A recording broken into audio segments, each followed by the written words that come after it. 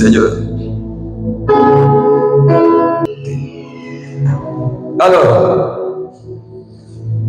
Christ est mort. Et il est mort, c'est à cause de nos péchés. Il est mort une fois pour toutes. Il est revenu à la vie, certes. Et c'est pour Dieu qu'il vit. Romains chapitre 6, verset 10. Et nous savons que nos pères dans la Bible ont tenu des prédications qui ne peuvent être ignorées. Ces prédications ont joué un rôle important dans la vie de tous les croyants depuis leur temps jusqu'à ce jour d'aujourd'hui. C'est la prédication de la croix. Pourquoi la prédication de la croix qui fait l'objet de notre attention aujourd'hui? Pourquoi prêcher la croix? C'est ce que nous allons voir aujourd'hui. Donc le thème, ce sera la croix de Christ. On s'assoit dans l'amour du Seigneur. La prédication de la croix de Christ, c'est une folie, n'est-ce pas, pour ceux qui périssent. Mais pour nous qui sommes sauvés, elle est une puissance de Dieu. C'est ce que 1 Corinthiens chapitre 1, le verset 18 nous dit. Je reprends. La prédication de la croix de Christ est une folie pour ceux qui périssent, pour ceux qui sont égarés, pour ceux qui ne connaissent pas Dieu. Mais pour nous qui sommes sauvés, cette prédication est la puissance de Dieu. Alléluia. C'est pourquoi ailleurs, avant nous, les Juifs étaient arrivés à demander des miracles à Jésus-Christ. Et pendant que les Grecs, eux, ils sont en train de chercher la sagesse, la philosophie, la science. Mais ça n'a pas empêché les serviteurs de Dieu de prêcher Christ crucifié. C'est pour ça, même si c'est un scandale pour les Juifs et une folie pour les païens, c'est-à-dire ceux qui ne connaissent pas Dieu, mais pour nous, la prédication de la croix demeure toujours la puissance et la sagesse de Dieu pour ceux qui sont appelés depuis les pères jusqu'à ce jour d'aujourd'hui. Alléluia. Ce que nous savons tous, c'est que Christ est mort, il a souffert, il est mort. À cause de quoi? À cause de nous. Ça, c'est l'alphabet du chrétien. C'est A, B, C, D du chrétien. Mais mes frères, est-ce que quand on va à l'école là, quand on apprend à lire là, est-ce que c'est à ça seulement on s'arrête? Quand on connaît l'alphabet là, c'est fini, on sait lire, c'est fini? Non. L'alphabet nous permet de faire de grandes choses, de faire de grandes lectures. Donc cette connaissance élémentaire, cette connaissance qui est la connaissance basique, c'est-à-dire c'est la base de notre foi, ne doit pas être la seule que nous devons savoir de la mort de Christ. La mort de Christ nous transmet, la mort de Christ nous instruit en beaucoup de choses. Et nous devons les savoir. Alléluia. La croix de Christ. Moi, je prêche Christ crucifié. Il y en a qui prêchent Christ, peut-être qui est pendu à un bois. Et ça devient polémique. Il y en a qui disent que Jésus, là, ils l'ont pendu comme ça, avec les mains liées au-dessus de sa tête. Il y a d'autres qui disent que c'est comme ça, ils l'ont crucifié. Et les pieds comme ça. Bien. Ouais, je n'ai pas de problème avec ça. De toute façon, s'il est mis comme ça, il est mis comme ça là. Il est mort son sang est versé. C'est l'essentiel. Mais je peux aller plus loin pour dire que je crois la vérité. La vérité, c'est que Jésus-Christ a dû être crucifié de cette manière-là. Pourquoi? Parce que ce sont les soldats romains qui ont crucifié Jésus-Christ. Et les soldats romains, c'est leur manière de crucifier quelqu'un. C'est les Juifs, eux, ils attachent la personne comme ça et ils pointent les bras en haut et les pieds liés. Mais Jésus-Christ n'a pas été crucifié par les Juifs. Il a été livré par les sacrificateurs.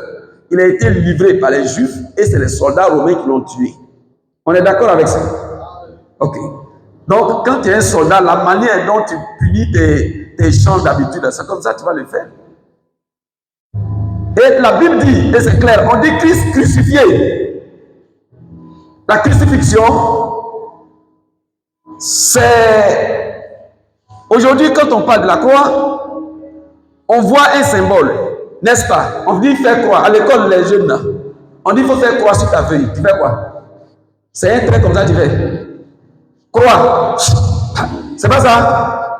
Donc, la croix présente le croisement de deux traits. Le croisement de deux voies. Le croisement de deux réalités. Alléluia. Donc, à la croix, comme son nom l'indique, nous allons voir qu'il y a une confrontation. À la croix, il y a eu une rencontre. Des événements que nous allons voir tout à l'heure. Qu'est-ce qui s'est passé à la croix? À la croix, il y a eu la confrontation des ténèbres avec la lumière. Donc, pour ceux qui prennent note, vous ne devez pas ignorer ça. De toute façon, vous savez que Jésus-Christ est mort pour nos péchés là. C'est comme ça que vous devez comprendre. Vous devez avoir cette connaissance-là. Sinon, je ne vois pas votre chrétienté. Parce que le christianisme a des fondements. Et ces fondements-là, le chrétien ne doit pas l'ignorer. Alléluia. Est-ce que tu es là? Donc j'ai dit, à la croix, la première confrontation qu'on va identifier, c'est les ténèbres contre la lumière. Alléluia. Les ténèbres vont affronter la lumière. Alors, quand vous savez qu'il y a une confrontation, c'est qu'on s'attend à une bataille. C'est pas ça? La bataille, ils vont s'affronter. Quand ils vont s'affronter, ils vont se battre. Quand ils vont se battre là, à l'issue d'une bataille, on s'attend à quoi?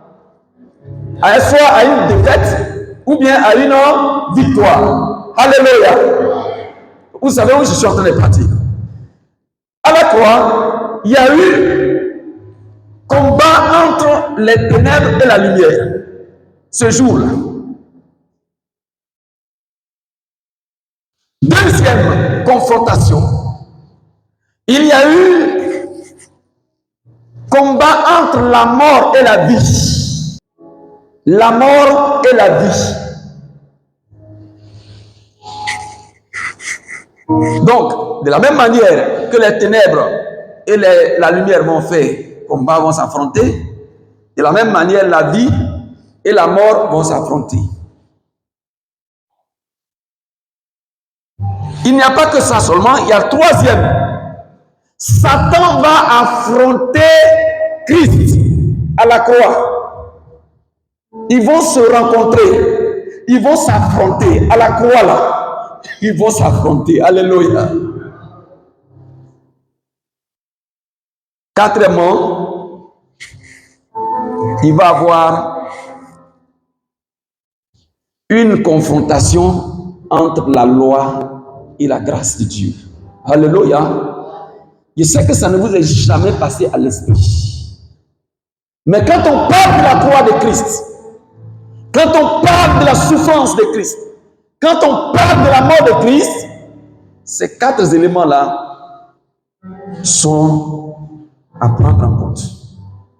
Je reprends. Et si quelqu'un me suit, il va m'aider à ce qu'on voie ensemble les quatre éléments que j'ai cités.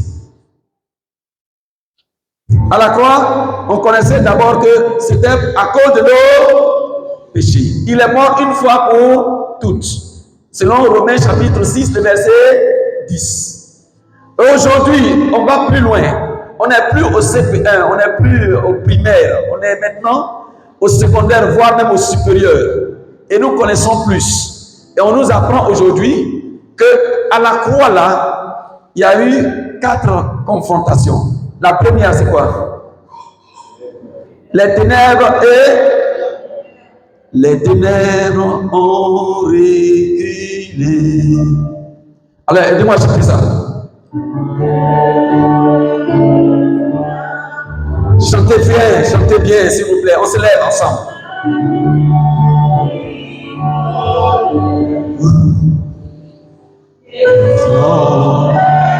C'est pour moi.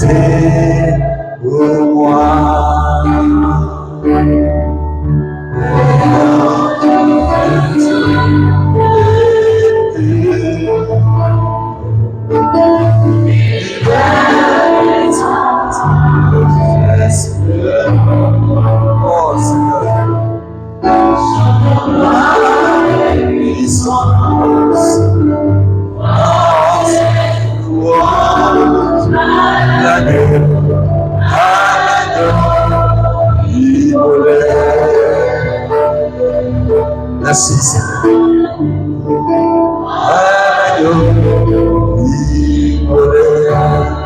On peut acclamer le Seigneur Jésus-Christ.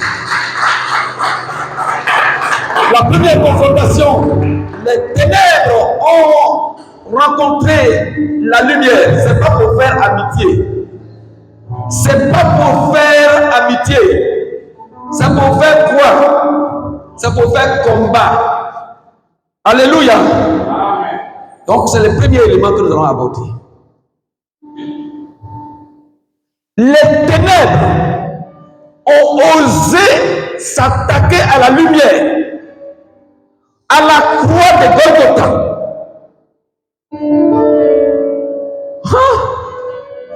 Les ténèbres sont courageuses. Les ténèbres ont pris le courage de s'élever de leur endroit, de leur maison, de là où elles se trouvent, cachées. Elles sont sorties. Elles vont affronter la lumière. Ça vous dit quelque chose?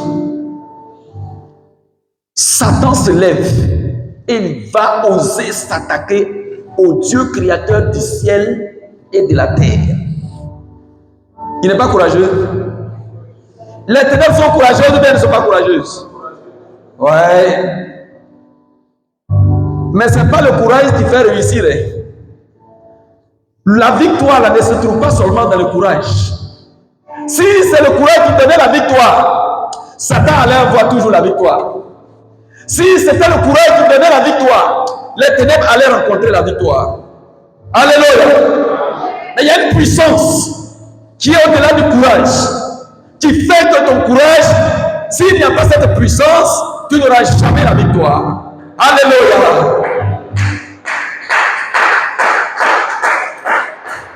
Alors, on va lire simplement un texte.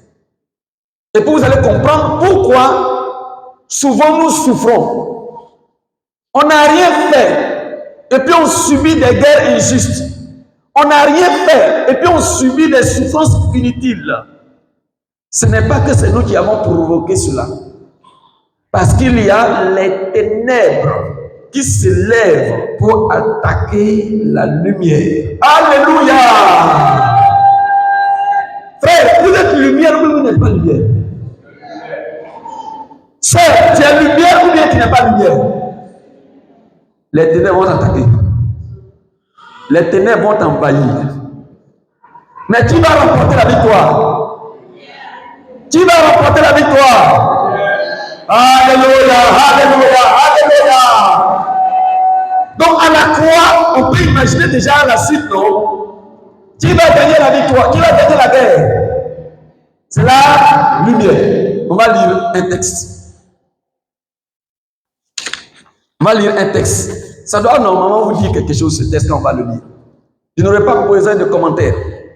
C'est comme ça qu'il faut comprendre ce texte-là aujourd'hui. Matthieu chapitre 27, le verset 45. Matthieu 27, verset 45.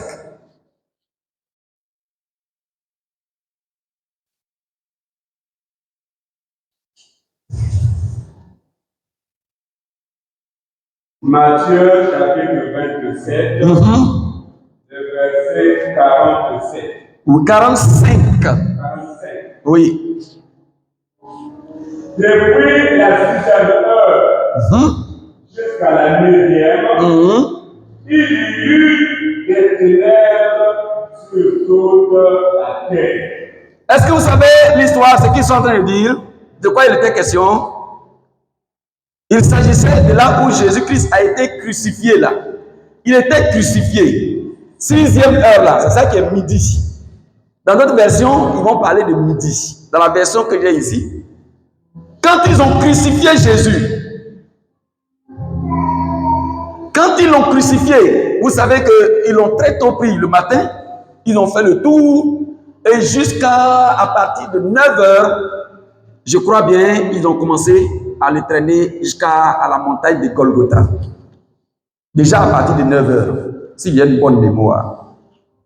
Et déjà, avant que midi n'arrive, midi c'est le milieu du jour. C'est-à-dire midi là, quand le soleil sort là, c'est pas là que c'est à son point le plus fort. C'est pas là où il brille fort. C'est pas ça. Donc le jour là, sa force là, c'est à quelle heure? À midi. Et Jésus se trouve perché là-bas en haut, à la croix, en train de souffrir. Et comme nous n'avons pas les yeux pour voir ce qui se passe dans le monde spirituel,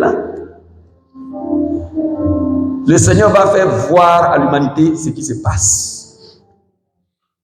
À midi juste, où le jour a sa puissance la plus extrême, c'est là que les ténèbres, quand on dit les ténèbres, c'est-à-dire il faisait noir. Frère, depuis quand à midi il fait noir? Depuis que tu es né, tu as une fois vu qu'à midi il fait nuit. Mais si à midi il fait nuit, à 20h, qu'est-ce qu'on sera alors? C'est pour dire quoi? Les ténèbres sont venues et ils disent, toi le jour là, nous allons te dominer. Tu ne feras pas jour ici. Lumière, tu ne brilleras pas ici.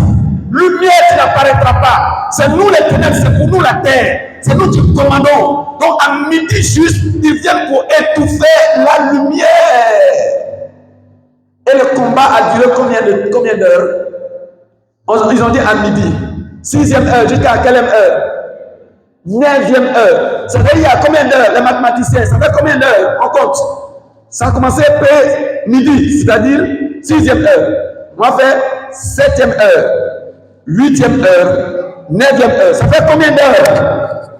3 heures de temps de combat entre les ténèbres et la lumière. Pendant ce temps, Jésus-Christ est à la croix. Alléluia. Jésus-Christ est à la croix. Et les ténèbres vont se manifester. Jésus, avant qu'il ne soit arrêté, il n'a jamais eu ce phénomène-là. Toi, tu as une fois dit ça. Est-ce qu'on t'a une fois, ton papa t'a une fois expliqué qu'un jour, le soleil était à son plein au milieu de son parcours, c'est-à-dire à midi. Et puis soudain, voilà, il fait noir pendant 3 heures. Tu as une fois entendu ça? Et ce n'est pas éclipse solaire. Ce n'est pas éclipse solaire. Pendant 3 heures. Que le Seigneur soit béni. Est-ce que tu es là? C'est ça, c'est de ça que je veux parler. C'était un signe. Après les 3 heures, pourquoi les ténèbres là ont fui? Pourquoi les ténèbres là ont disparu? Pourquoi il n'a plus fait nuit depuis... C'est quelle heure? 15 heures, ça non? Depuis 15 heures jusqu'à 18 heures. Parce que 15 heures là, 16h, ce n'est pas heure de la nuit. 17h, ce n'est pas heure de la nuit. Mais le jour a repris son contrôle. Alléluia. C'est-à-dire que le jour, c'est-à-dire que la lumière a remporté la victoire sur les ténèbres. Alléluia. C'est pour ça que nous avons senti que les ténèbres ont reculé. La puissance de Dieu s'est manifestée ce jour-là. C'est la victoire de Jésus-Christ. C'est la première victoire qui a été manifestée à la croix. Alléluia. Les ténèbres ont été vaincues. Les ténèbres ont été vaincues. La lumière règne. Frères et sœurs, si tu es lumière, les ténèbres n'ont qu'à t'attaquer comment? En plein midi, ils vont t'attaquer. Parce que tu es lumière. Et les ténèbres, quand ils vont t'attaquer en plein midi, ils n'auront jamais le pouvoir sur toi. Je ne te dis pas que tu ne seras jamais attaqué. Tu seras attaqué, mais tu auras toujours la victoire au nom de Jésus-Christ. Parce que les ténèbres ne gagneront jamais la victoire, n'auront jamais la victoire sur la lumière. Et comme tu es lumière, comme tu es enfant de lumière, comme tu es devenu lumière, c'est pour ça que tu vas remporter la victoire aller et retour. Alléluia. Il va déclarer la terre 1000 fois. Tu vas gagner 1000 fois. Parce que tu es lumière. Alléluia. Oui, c'est ce qui se passe. C'est ce que nous, les chrétiens, c'est ce que nous sommes. C'est ce que Jésus-Christ est. Gloire à Jésus. Alors, deuxième combat qui s'est engagé. La mort et la vie. On a vu hier, Jésus a dit que Lazare n'allait pas mourir. Et puis, soudain, Lazare meurt. Mais Lazare, là, il a été ressuscité. Ça, là, on dit que Lazare dormait. Il n'est pas mort. Parce que quand Lazare va mourir, il ne reviendra pas tant que ce n'est pas au dernier jour. Mais s'il revient, c'est que Lazare n'est pas mort. Vous êtes d'accord avec moi? C'est un combat de combien de jours? 4 jours. Un combat de 3 heures. Est-ce pourtant tu vas dire que parce que tu as fait combat contre moi pendant 3 heures, je t'ai gagné, aller-retour. Tu vas me dire que non, comme je t'ai gagné là, non, c'est-à-dire que toi tu n'es rien. Non, non, non, non, non, non. Je ne suis pas vaincu. Tu as fait la guerre. Je n'ai pas été vaincu. Je suis vainqueur. Alléluia. Donc, 4 jours de combat entre la vie et la mort. Eh bien, pour que la mort se manifeste, il faut que la personne meure, non? C'est pas ça. Pour que les ténèbres se manifestent, il faut que tu vois les ténèbres, non? On a vu tout à l'heure, quand les ténèbres se manifestent, quand elles sont présentes, il y a un signe pour montrer que les ténèbres sont là. C'est le noir. C'est ça. Quand la mort est là aussi, qu'elle doit faire combat, qu'est-ce qu'on va voir? Pour sentir qu'il y a une présence de mort, la personne qui est en train de faire le combat va faire quoi? Va mourir. Et quand la personne va mourir, dit, oh, il y a la mort. Pour montrer que j'ai victoire sur la mort. C'est quand je vais mourir, et puis je vais ressusciter. C'est là, c'est ce qui signifie que j'ai la victoire sur la mort, n'est-ce pas? Donc Jésus-Christ va mourir à la croix. C'est pas à la croix, il est mort. Donc à la croix là, c'est là que la mort va affronter Jésus-Christ. Jésus, toi tu ne vas plus vivre. Parce que la mort dit que je t'arrête. En plein midi, où le monsieur ne dort pas, il n'est pas malade. Voilà la mort qui va le surprendre. Il va mourir de façon brute. Et quand il va mourir, on va voir si la mort va dominer sur lui ou bien si la mort ne va pas dominer sur lui. Alléluia. D'accord. Les ténèbres, ils ont fait la guerre pendant 3 heures. Ils ont été vaincus. La mort va faire la guerre contre Jésus. Combien de jours? 3 jours. Alléluia. Et la guerre va durer pendant 3 jours. Donc de la croix, comme il va rester là-bas pendant les 3 jours, on va le conserver quelque part. De toute façon, c'est le combat qui continue. 3e jour, Jésus-Christ va sortir de la tombe. 3e jour, Jésus-Christ va ressusciter des morts. 3e jour, Jésus-Christ va briser la puissance de la mort. Le 3e jour, la mort ne pourra plus le contenir. Le 3e jour, le séjour des morts va vomir Jésus-Christ. Le troisième jour, il ne peut plus être arrêté. Jésus-Christ, sa puissance est trop. Alléluia. Parce que Jésus-Christ est la vie. C'est parce qu'il disait, je suis la résurrection et la vie. C'est parce qu'il a dit hier, mais comment quelqu'un est la vie et la mort, toi tu vas oser l'attaquer. Parce que le contraire de la vie, c'est la mort. Jésus-Christ est la vie. Et c'est à cause de lui que la mort s'est présentée à la croix. Sinon, Jésus-Christ peut ne pas mourir, je vous dis la vérité. Quand Jésus-Christ est ressuscité là, vous pensez que quelqu'un peut l'attraper pour le tuer encore? Quelqu'un qui apparaît, qui disparaît, tu vas le tuer comment? Vous comprenez ce qu'il veut dire? Jésus-Christ doit ne pas mourir. Mais pour montrer que lui, la mort là, lui domine ça. Il a accepté de passer devant tout le monde. Ils ont dépassé son côté pour montrer que vraiment il est mort. On dit c'est vrai, il est mort. C'est certifié, il est mort. Clair, il est mort. Prenez-le, gardez-le dans une tombe. Surveillez même sa tombe. Il ne faut pas que ses disciples vont venir le voler et puis ils vont dire que c'est, voilà, il est sorti. Malgré tout ça là, c'est zéro même. Alléluia. Alléluia. Je vous dis, le Seigneur qui est la vie, nous a donné cette vie aussi. C'est cette bonne nouvelle que je te donne ce matin. Tu as cette vie-là. Et c'est pour ça que la mort ne pourra pas te vaincre. Tu vas lutter avec la mort, mais tu auras le dessus. Parce que tu as la vie. Cette vie de Jésus est en toi. Et la vie a toujours la victoire sur la mort. Alléluia. Tu as la vie. La mort ne pourra pas te vaincre.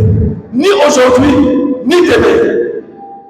Celui qui vit et qui croit en moi, Jésus, ne mourra. Tu ne pourras pas mourir. Sauf si seulement tu n'as pas la vie. Mais si tu as la vie qui est en Jésus, là, tu vis. Et c'est ce combat-là que le diable essaie de faire tous les jours. La mort, c'est une puissance. Les ténèbres, ce sont des puissances. Mais ils ne vont jamais avoir la victoire. Que le Seigneur soit béni. Alors, on va lire un texte. Colossiens chapitre 2, le verset 13. Comprenons le sens. Je vous ai dit, à la croix, il est mort. Il a manifesté une victoire. Mais toutes ces victoires que nous sommes en train de citer, c'est pour toi en réalité. Il a fait, c'est pour toi. C'est pour toi. Oui. Colossiens. Oui. Oui. Verset 13. Oui. Vous qui étiez morts par vos offenses. Vous qui étiez morts par vos offenses. La mort vous a gagné. Il vous avez fait la guerre. Vous avez voulu lutter. Vous avez voulu faire, comment on appelle ça? Prudence. Hein? C'est pas ça. Effort, vigilance, prendre garde. Vous avez essayé. Vous n'avez pas voulu même faire ce qui est mauvais. Je sais. Mais à un moment donné, vous êtes tombé dans l'erreur, dans la faute, dans le péché. Il y en a un qui disent, qu'est-ce qui m'est arrivé? Il y en a qui se sont retrouvés en train de chercher femme des autres. Et quand ils les ont pris, ils ont dit, oh, mais je ne sais pas. On dit, c'est le diable qui m'a trompé. Il y en a, ils ont été trompés par leurs camarades. Ils sont partis faire vol. Vol en association. On les a attrapés. Quand on les a attrapés, là, ça a aggravé encore leur culpabilité. Ça fait qu'ils se sont rendus compte. Qu'est-ce qui m'a poussé et puis j'ai fait ça? Tu es vaincu. Alléluia. Le péché t'avait vaincu. Et partant de là, la mort t'a atteint. Donc, tous ceux qui vivaient sous le péché, dans les offenses, dans le mal, dans les fautes, ils sont considérés comme morts. Et le diable règne sur ces personnes-là. Alléluia. Mais qu'est-ce que Christ a fait? Hein? Vous qui étiez morts par vos offenses et par l'incirconcision de votre chair, il vous a rendu à la vie. Oui. Et en nous faisant grâce pour toutes nos offenses. Voilà. Il dit, il nous a rendus à la vie avec qui? Lui là, c'est qui? C'est Christ. Comme à la croix, il a remporté la victoire sur la mort. C'est-à-dire quoi? Si jamais Jésus-Christ n'était pas sorti après le passage à la croix, toi, tu n'allais pas avoir la vie. C'est ce que ça signifie. Quand on dit avec lui là, c'est-à-dire qu'il nous a rendu la vie. Il nous a rendu à la vie, pardon, avec lui. C'est-à-dire qu'il nous a fait vivre avec lui, par lui. Mais Christ a reçu d'autant plus de pouvoir après cette mort-là pour donner la vie à tout être humain. La mort qui s'est passée à la croix, où Jésus-Christ est ressuscité, c'est par ça que nous sommes en vie. C'est pour ça que 1 Pierre chapitre 3, à partir du verset 21, quand il parle du baptême, il faut aller jusqu'au verset 22 à 23, rapidement.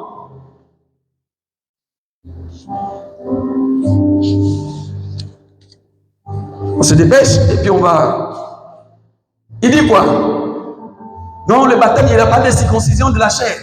Il s'agit des pères et les fils au temps de Moïse, jusqu'à Abraham, et Abraham jusqu'à Moïse, jusqu'à les Juifs, le judaïsme. Les gens faisaient la circoncision parce que c'était l'alliance, signe de l'alliance.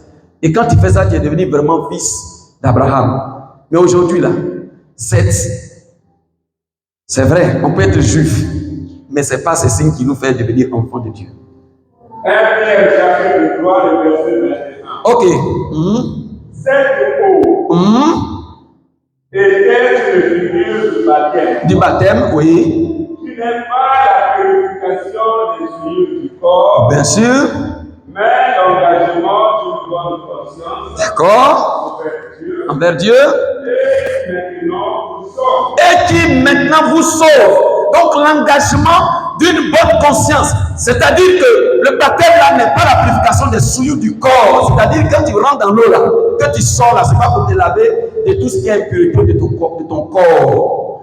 Mais c'est un engagement pris pour être avec Dieu. Parce que je dois être rendu à la vie avec Christ. Comme Christ est ressuscité, comme Christ est revenu à la vie après la mort, moi aussi j'étais mort à part mes offenses, je reviens à la vie avec lui. Et il dit que le baptême maintenant, c'est-à-dire qui vous sauve, cet engagement vous sauve à travers quoi?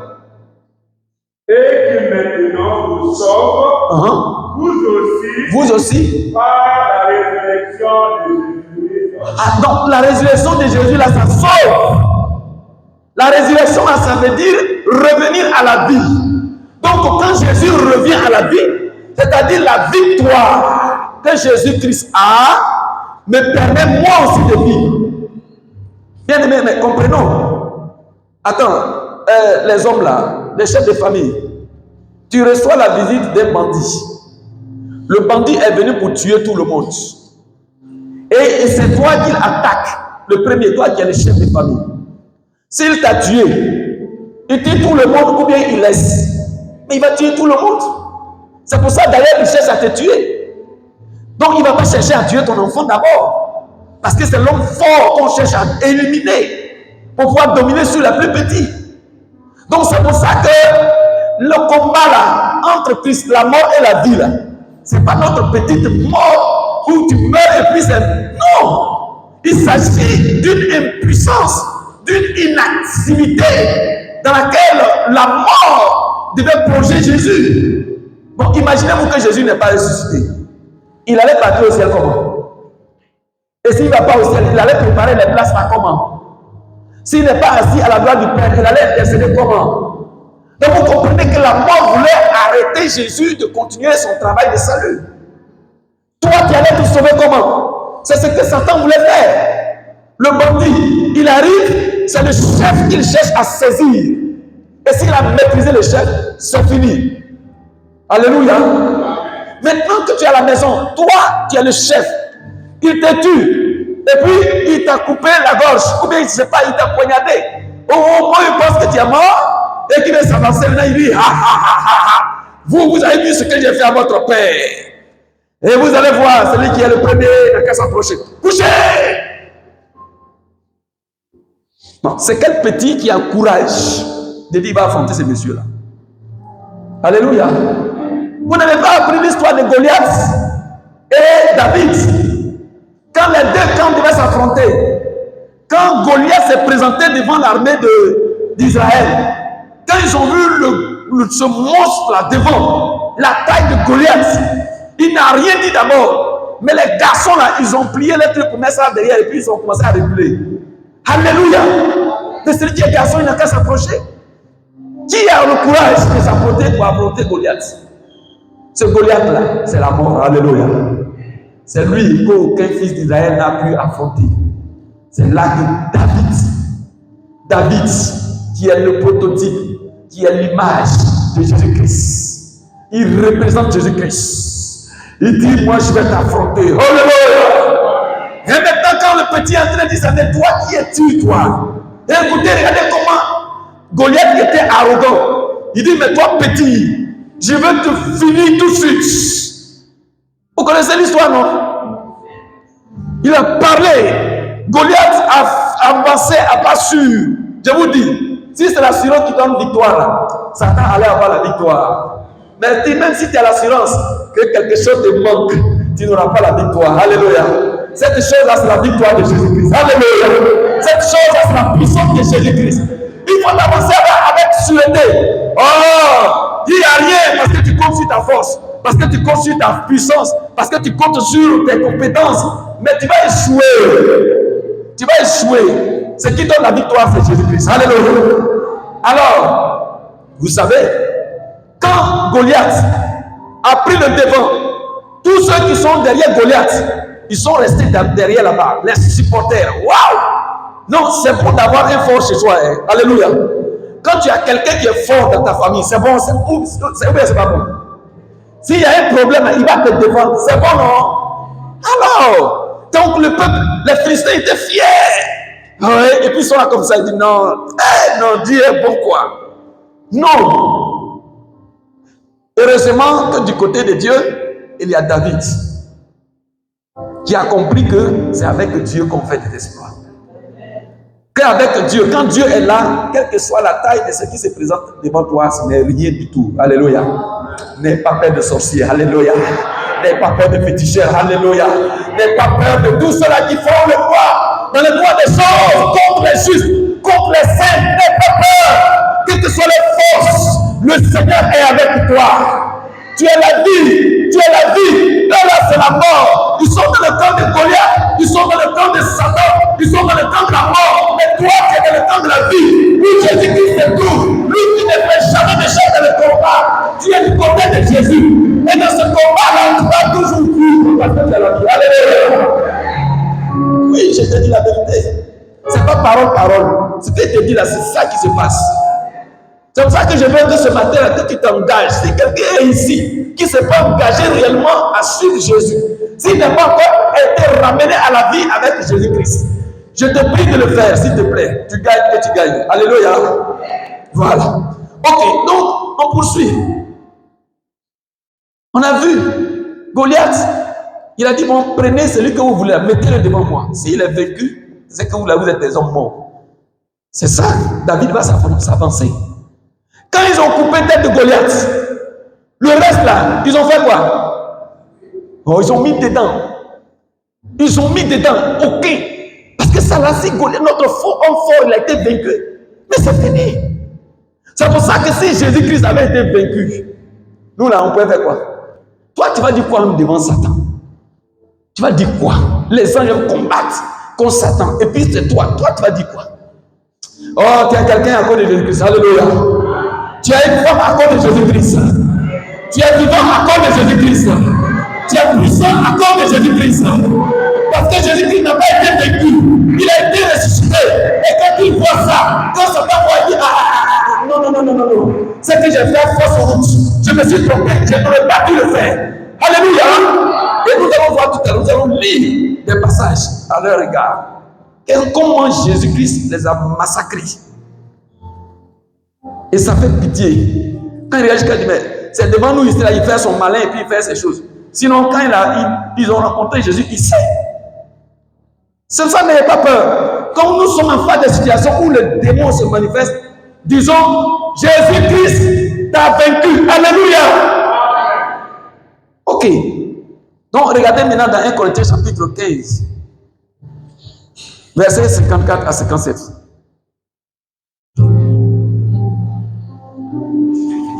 On va finir tout à l'heure. 1 Corinthiens chapitre 15, versets 54 à 57. Au sujet toujours de la mort. Nous sommes toujours au chapitre de la mort. La mort et la vie. 1 Corinthiens chapitre 15. Oui. Verset 54. Oui. À 57.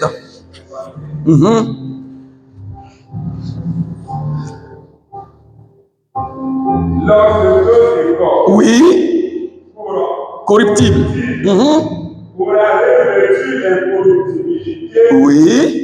Et que ce corps mortel. Et que ce corps mortel, le corps mortel que tu as.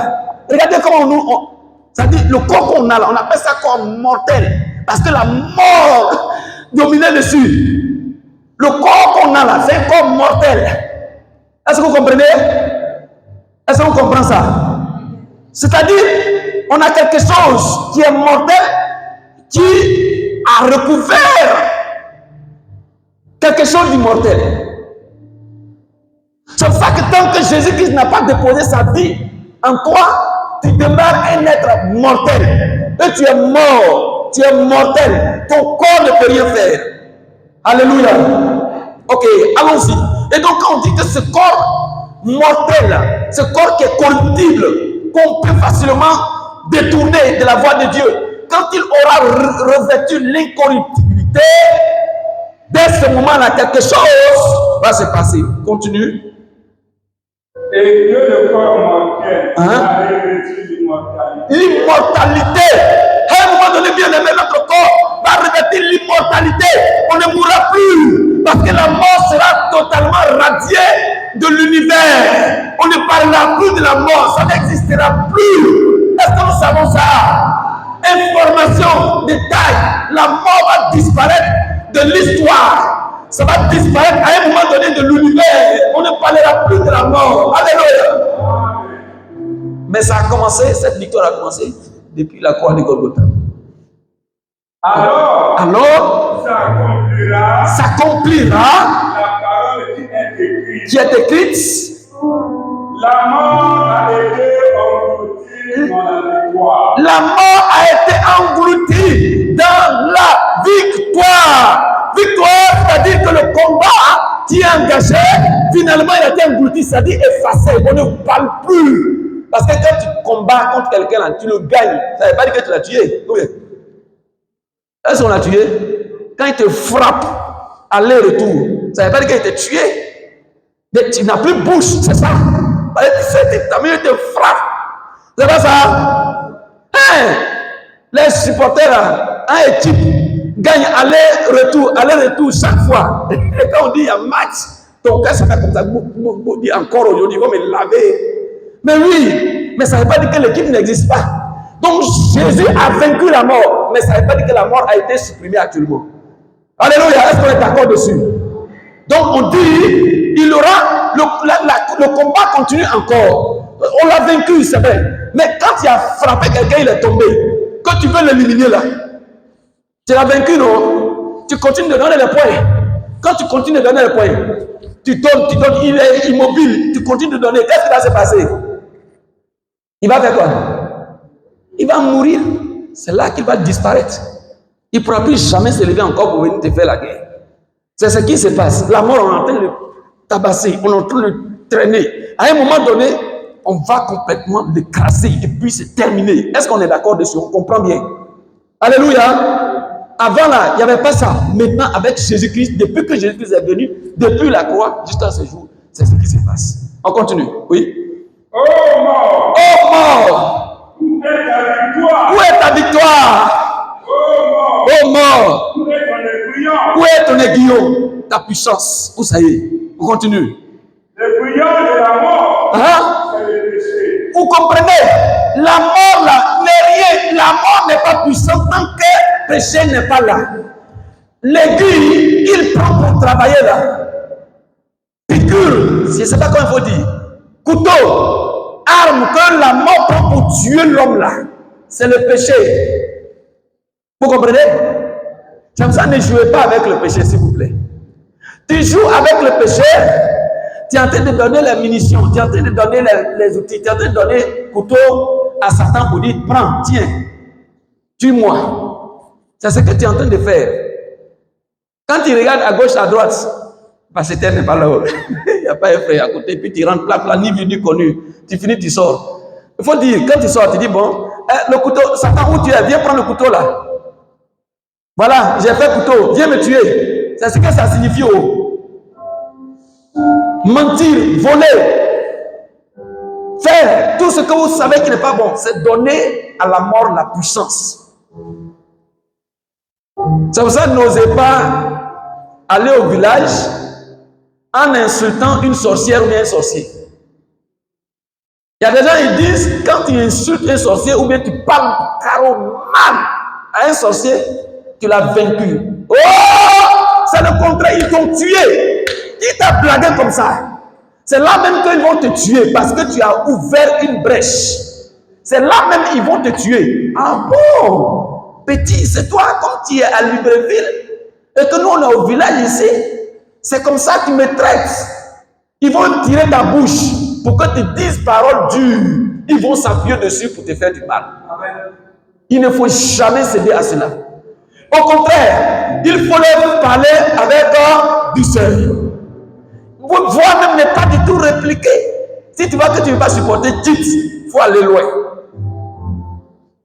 Mieux, il faut lui faire du bien. Il y en a qui disent, hey, si tu as donné ton argent à sorcier ou à sorcier, mais ils vont prendre ça, ils vont te tuer. Tu as donné ton habit, mais ils vont faire incantation dessus. C'est faux, c'est faux, c'est le même diable là qui est en train de nous tromper. Si tu lui fais du bien là, on dit c'est comme de la braise, du charbon que tu mets sur. Ça veut dire que le mal qu'il veut faire là, ça ne pourra plus agir.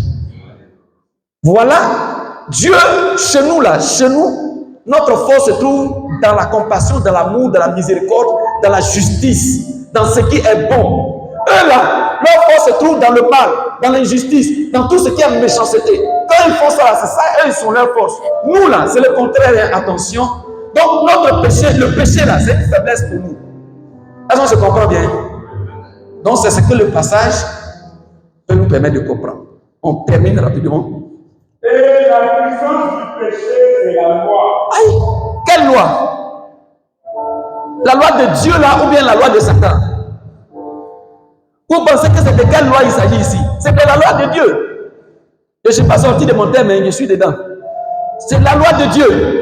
La loi de Dieu là, elle est c'est comme c'est une occasion sur laquelle le diable bondit, sur laquelle la mort ici s'appuie pour tuer. Comment ça? Parce qu'il sait que la mort, c'est qu'il est écrit. Et c'est sur la base de la parole de Dieu que la mort a le pouvoir. Comme il sait que Dieu a dit, tu ne dois pas mentir. Donc la mort va faire tous tes efforts, ses efforts. Quand tu vas mentir, tu dis, oh, mon ami, tu connais la loi, non? Oui. Dieu a dit que celui qui pêche, celui qui doit mourir, non? Il dit oui. Alors, donc, moi je fais mon travail, mais il ne fait pas mon travail. Tu peux dire quoi? Dieu même ne va rien dire, parce qu'il a dit ça. Est-ce qu'on est d'accord dessus? Donc la loi là, faisons très attention. Et il y en a plein comme ça. C'est pour ça ne retournez plus là-bas. Donc on va voir que Jésus-Christ va remporter la victoire sur cette loi aussi. Il va faire quoi? Il va enlever et il va mettre le principe de la grâce pour ne pas que la mort utilise toujours la loi pour nous faire du mal. Est-ce qu'on se comprend bien? Ok. On va terminer tout à l'heure. Oui? Mais grâce soit rendue à Dieu qui nous a donné la victoire par notre Seigneur Jésus. Alléluia! La victoire là, c'est sur quoi? Parce qu'ils ont parlé de la mort, ils ont parlé du péché, ils ont parlé de la loi. Notre victoire là, c'est sur lequel de ces trois éléments là? Selon vous? Parce qu'on était en train de dire en haut là-bas, oh mort, où est ton aiguillon? Oh mort, où est ta vie? C'est de la mort on parlait, non? Sinon, les deux autres éléments là, on est en train de parler de avec quoi la mort travaille. Si on ne sait pas de ces éléments qu'on parle, c'était juste pour te faire lumière pour dire qu'attention à la mort là. Travaille avec ça, travaille avec ça. Sinon, on ne sait pas ce qui intéresse l'auteur. C'est la mort. Donc la victoire là, c'est quoi? C'est sur la mort. L'autre victoire. Parce que Christ a vaincu la mort. Et comme tu es avec lui, il te donne aussi de vaincre la mort. À Dieu soit la gloire, à son amour,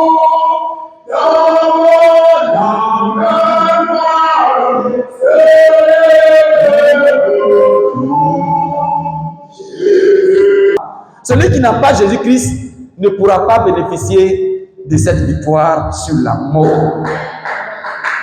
Alléluia. Amen. Est-ce que vous aimez Jésus? Est-ce que sa mort a un sens maintenant? Parce qu'un jour, les musulmans m'ont dit, mais vous la même, je ne comprends pas. Le monsieur, laissez-le tranquille. Il a souffert jusqu'à 1, 2, vous parlez de sa mort, vous parlez de son sang, vous parlez de... Je ne comprends pas. Mais non, c'est important. Vous comprenez?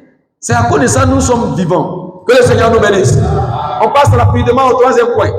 Le combat s'était engagé à la croix entre qui et qui? Jésus et Satan. Alors, on va voir. On va lire Colossiens chapitre 2, verset 14. Quand on dit Satan là, il faut voir toute son équipe. Hein. C'est pas lui seul.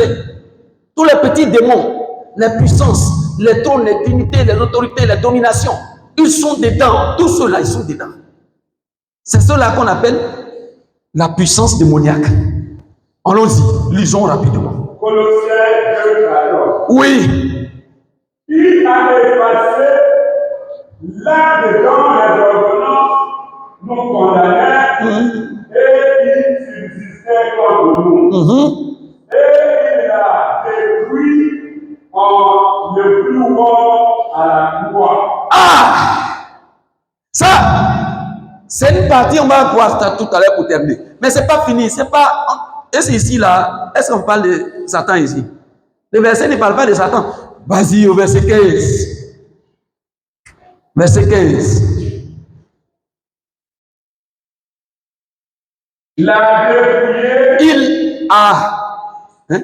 Il a dépouillé les dominations. Allons doucement, hein? Allons doucement. Il a dépouillé qui? Les dominations. Et les autorités. et les a livrés physiquement au spectacle. En triomphant d'elle. Oui. Par la croix. Alléluia.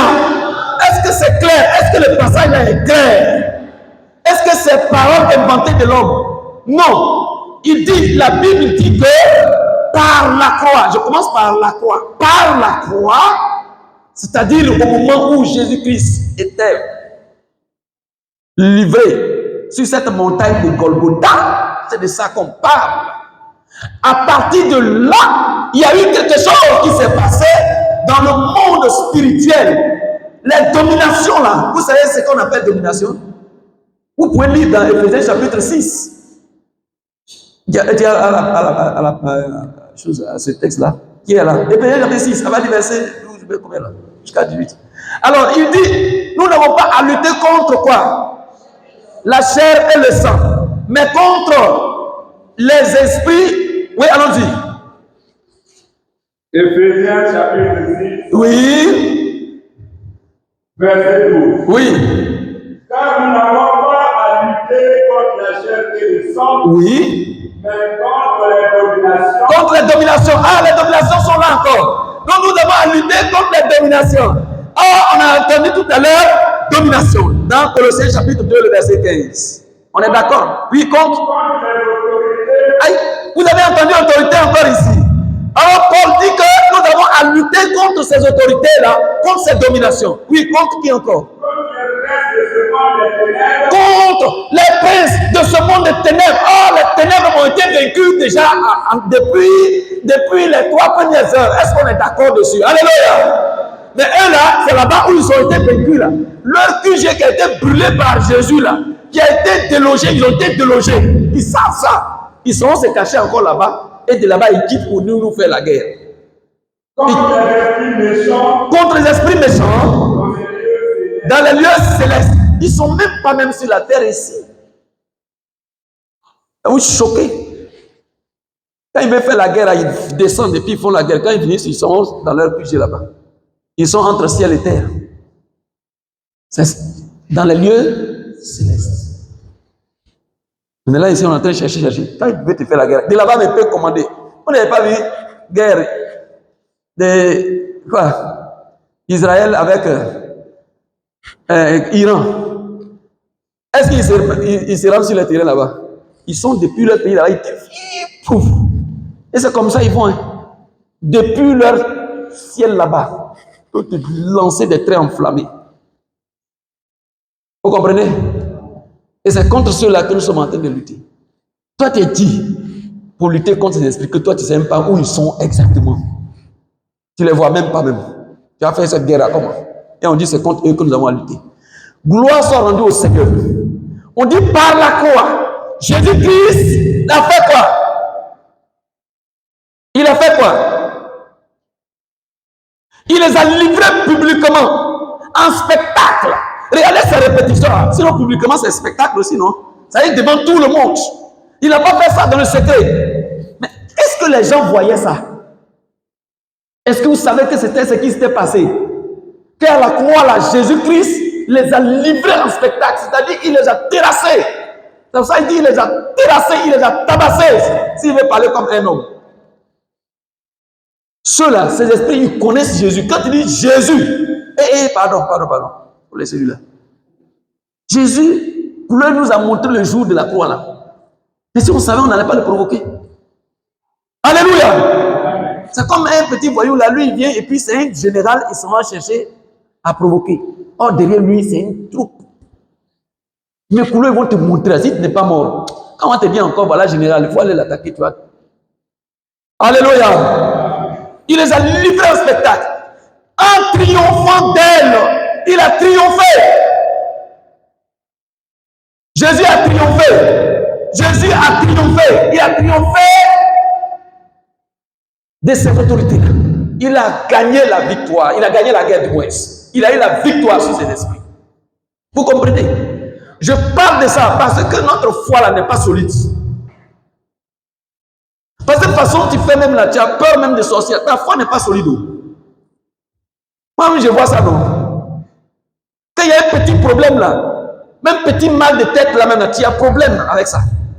Petit démon, il est là-bas et puis il souffle un petit vent pour que tu n'as pas, pour que tu aies froid. Petit froid là, tu es déjà paniqué.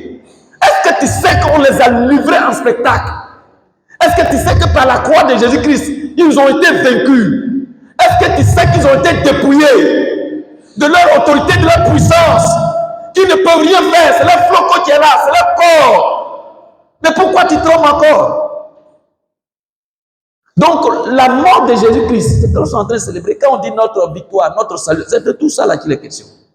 Est-ce qu'on est d'accord avec ça? Nous allons communier tout à l'heure avec ce Christ. Nous serons un avec lui.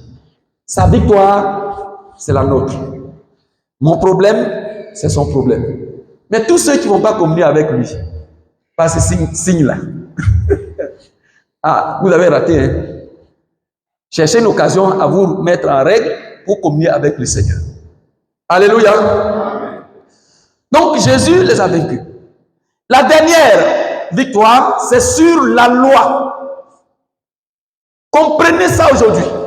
Tout à l'heure, on a dit que, verset 14, il a effacé l'acte dont l'ordonnance nous condamnait et qui subsistait contre nous. Il l'a détruit en le clouant à la croix. C'est-à-dire que la loi te condamne. C'est-à-dire que s'ils ont écrit une offense contre toi, parce que tu as violé la loi de Dieu de par le passé, la mort de Jésus-Christ là, cette condamnation, il dit en réalité, il a déchiré ce dossier-là.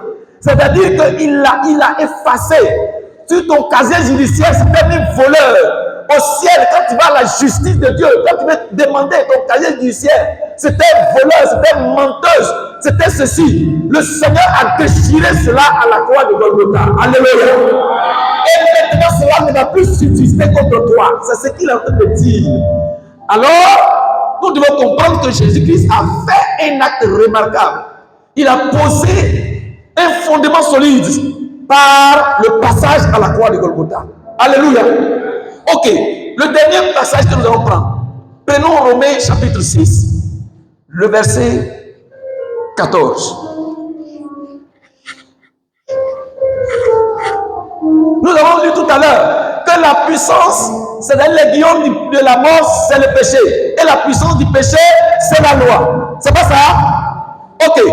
Donc, si la puissance du péché, c'est-à-dire que si le péché a été dominé, ben, Satan n'a plus de pouvoir. C'est-à-dire que la mort n'a plus de pouvoir. Donc, Jésus-Christ va nous libérer de la loi en nous faisant passer à la grâce.